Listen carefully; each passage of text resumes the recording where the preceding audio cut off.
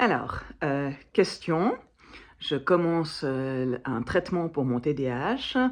Est-ce que c'est important de le prendre tous les jours? Et puis, est-ce que je vais devenir accro? Voilà. C'est quelque chose que j'entends beaucoup de la part de personnes qui ont été récemment diagnostiquées puis qui envisagent de commencer un traitement. Alors, ici, je vais parler du méthylphénidate. C'est la molécule la plus courante qu'on utilise pour traiter le TDAH. Donc, c'est ce que vous trouvez dans la Ritaline, le Medikinet, le Concerta, ok, Focalin ou Focaline, ça dépend comment vous voulez l'appeler. Voilà, donc tout ça, c'est la même molécule sous des emballages, des formulations un peu différentes. Et puis, dans ces médicaments, il y a aussi une distinction entre action rapide, enfin libération immédiate, ou bien action longue durée. Donc, Concerta, c'est longue durée. Medikinet, il y a rapide et longue durée. Et puis, Ritaline, il y a aussi rapide et longue durée. Et Focaline, c'est longue durée. Alors, pour répondre à la question, un des gros avantages de ces médicaments, comparé aux anxiolytiques, aux antidépresseurs, etc., c'est que on peut les prendre à la demande. C'est-à-dire que on peut arrêter d'un jour à l'autre. On peut commencer, arrêter, on peut faire comme on veut. Il n'y a pas c'est pas addictif. Hein. On a souvent très peur parce que c'est classé comme stupéfiant, en tout cas en Suisse. Et puis, les gens disent « Ouais, c'est des amphétamines, c'est comme… Mais en fait, ce ne sont pas des amphétamines. Le méthylphénidate, c'est pas une amphétamine et ça n'a pas les mêmes caractéristiques. Donc, ce que ça fait, c'est que ça augmente la quantité de dopamine et de noradrénaline dans le cerveau. OK? Mais c'est pas une amphétamine. Donc, il n'y a pas… C'est justement ça le but de ce médic, c'est qu'il n'y a pas ce côté où on peut devenir accro. D'ailleurs, les personnes qui ont un TDAH oublient régulièrement de prendre leurs médicaments. Donc, si c'était un truc où on devient addict ou accro, on n'oublierait pas de le prendre parce qu'on serait en train de courir après notre prochaine dose. Donc voilà, hein, donc c'est un médicament qu'on peut oublier.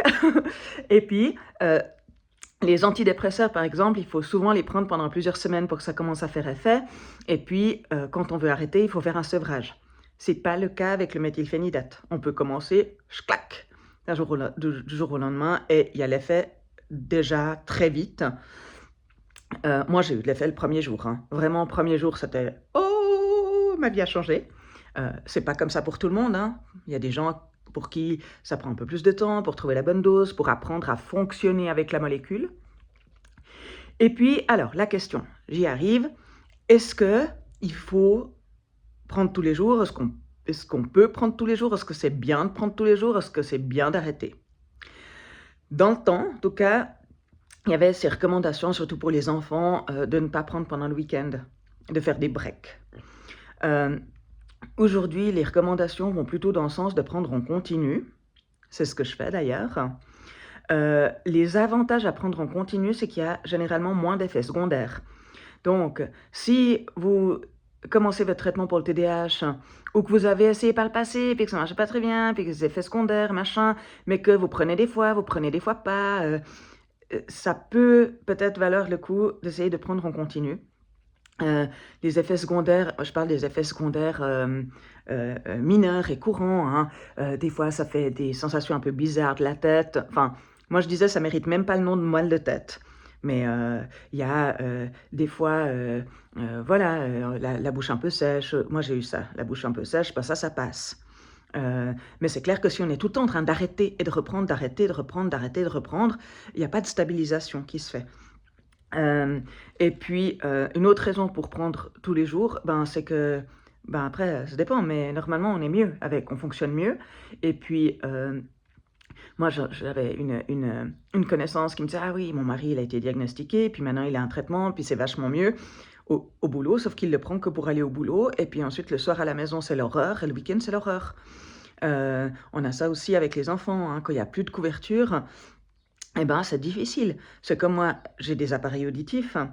Donc quand je les porte, c'est super parce que je comprends vachement mieux les gens. Mais maintenant, quand je les porte pas, je galère plus. C'est normal. On n'est plus habitué, puis aussi on n'a plus envie de faire tous ces efforts inutiles.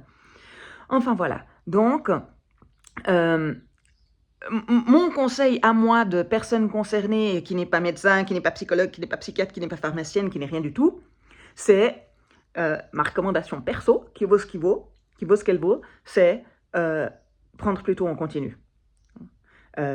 Surtout au début.